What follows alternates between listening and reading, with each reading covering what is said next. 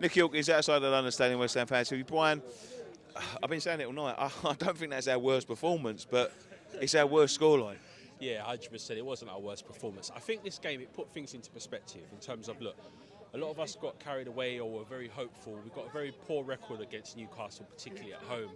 So for me, this was a free hit. It was an important game because it's kind of a spare one where we could make ground, but it was a free hit.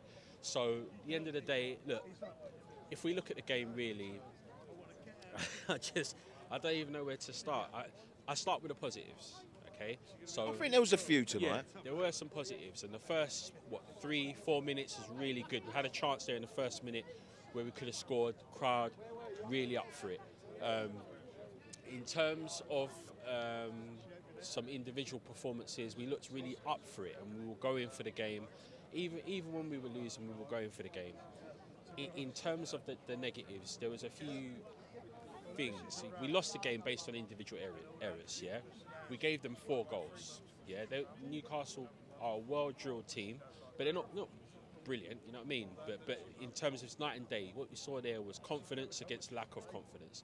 So we gave them 4 goals basically based on individual errors. We played most of that game with 10 men. The midfield, Soucek was anonymous.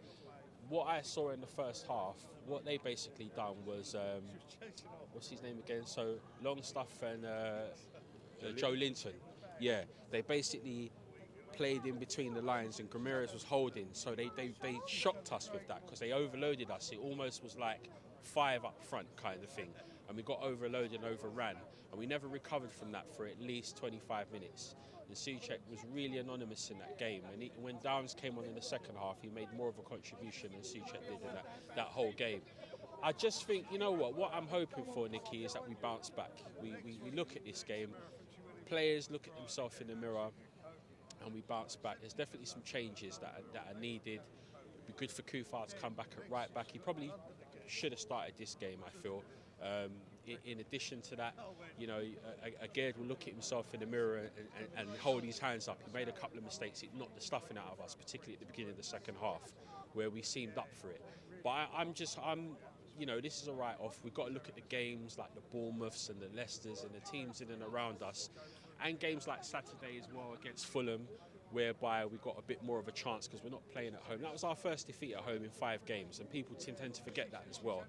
So, yeah, we lost. Scoreline was terrible. People will deflect it on Moyes again, but at the end of the day, there was individual mistakes that cost us. Yeah, there isn't a lot you can do about individual mistakes. I mean, Fabianski gifted them too, I think. Kera, Agard's mistake. It's at a terrible time as well. So I don't think there's not.